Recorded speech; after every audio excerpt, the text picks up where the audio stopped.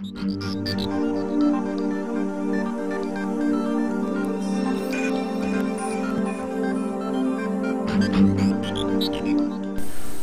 guy is going to get a camo cloak.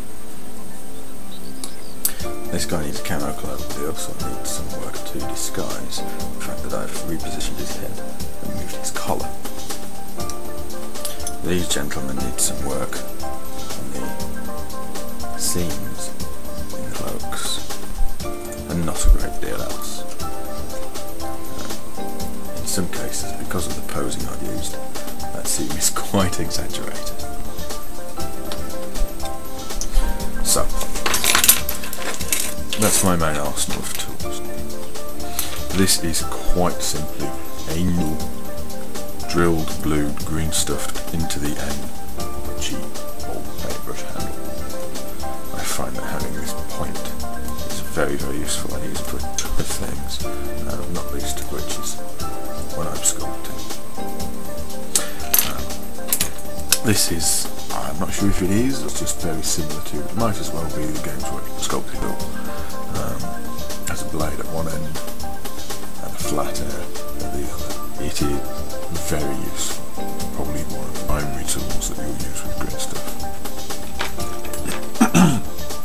This also is very, very useful.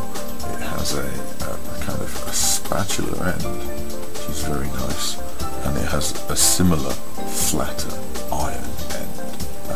Those are both really useful for getting to small flat smoothing and sculpting.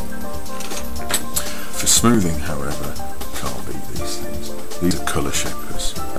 Originally I think they were designed to be a replacement for paintbrushes.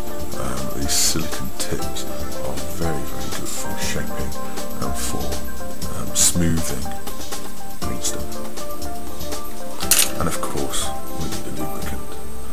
We need something to stop the sticky green stuff adhering to our tools.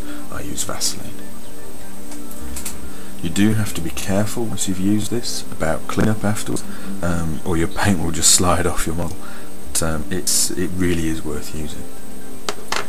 So, cut some green stuff and mix it up.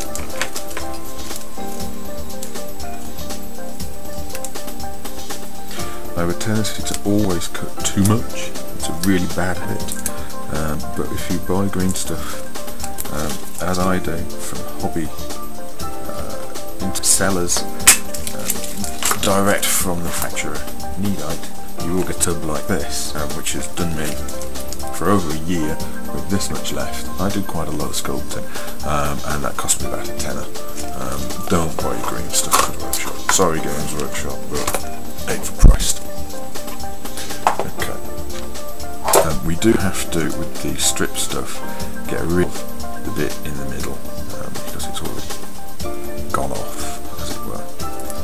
So just pull the hard core out a bit, and we'll take the green stuff and we'll just start to twist, manipulate, and twist, and swish. And this can take a while.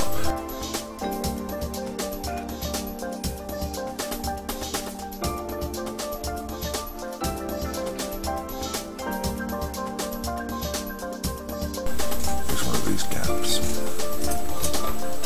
bladed knife, and just make sure that that has some Vaseline on it.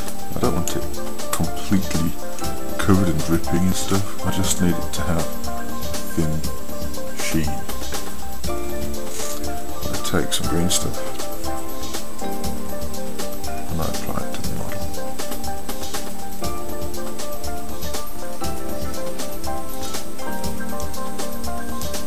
Try and do this closer to the camera so that you can see more detail what I'm doing.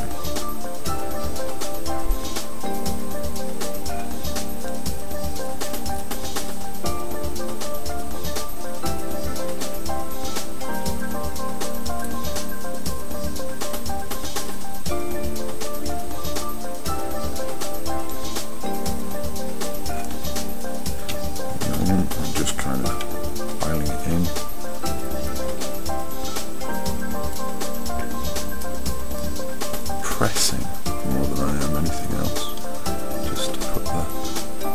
material in place.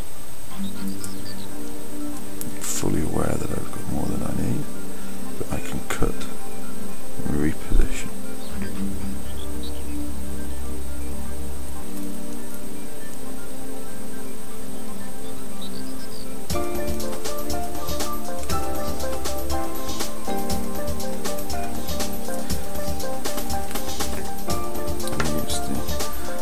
Anvil part of the tool to press and smooth here. A little bit more down the bottom to adequately create.